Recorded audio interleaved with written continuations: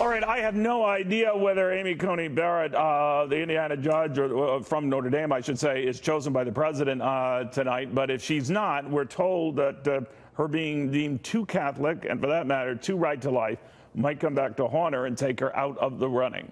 To Family Research Council President Tony Perkins on just that feature.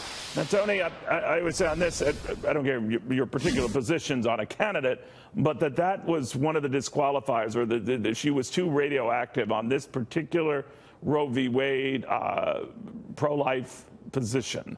And it would come back to haunt her, even though in exchanges on Capitol Hill in the past, she's made it clear that it wouldn't influence how she would think as a judge. But what do you make of all this? Well, I think it went beyond her position on abortion. They attacked the religious dogma, Feinstein said, that was within her, basically borderlining, crossing the constitutional bar of a religious test. Actually, Neil, I think that, look, any one of the candidates on the list I think would be good. I think what we're looking for is a judge who will not use the judicial bench as a workbench to craft policies in the shadows of the Constitution, but rather someone who will work in the light of the Constitution. And I think if you pick a strong conservative like a Barrett, like a Hardiman, what's going to happen is I think you're going to fuel the president's base, and the stronger the opposition on the left, the stronger the president's support base is going to be. And if, as you talked to Ed Whalen about earlier, if the Democrats oppose this nomination and it goes over into the election, look, I think it's going to supercharge the president's base of support, because you will see the left taking a radical position against someone based upon their religious convictions and their background. So let me ask you about that, Tony. The president has promised a candidate that would have the wow factor. By that, I suppose he meant someone who would really jazz conservatives. Any one of these four, by that definition,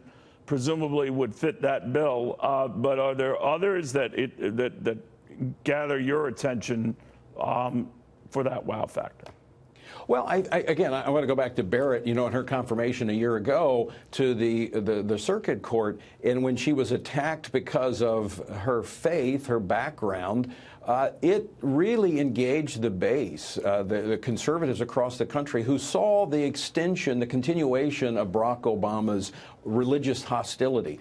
And I think the Democrats are, I mean, they're having a civil war within their own party. You've got the Bernie Sanders wing, and then you've got I'm not sure what the moderate wing is of the Democratic Party, but they're at war with one another. And I think if they go and attack a mother of 7, 2 adopted children, for being too radical, look, I think that they're going to get tremendous pushback. And knowing how the president operates, how he doesn't, run from the wind, he sails into the wind, I think it would be an excellent pick for him. Still, Mitch McConnell urged the president to avoid her, to avoid Brett Kavanaugh as well, and to focus on Kethledge and Hardiman.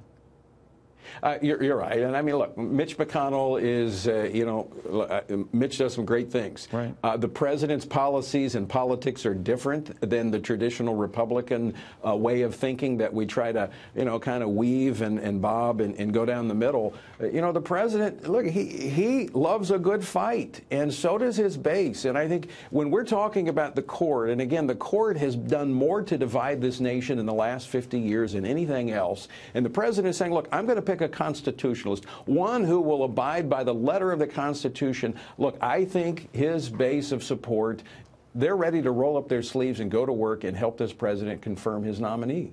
Tony Perkins, always a pleasure. Thank you very much. Thanks, Neil. Good to be with you. Have a great day.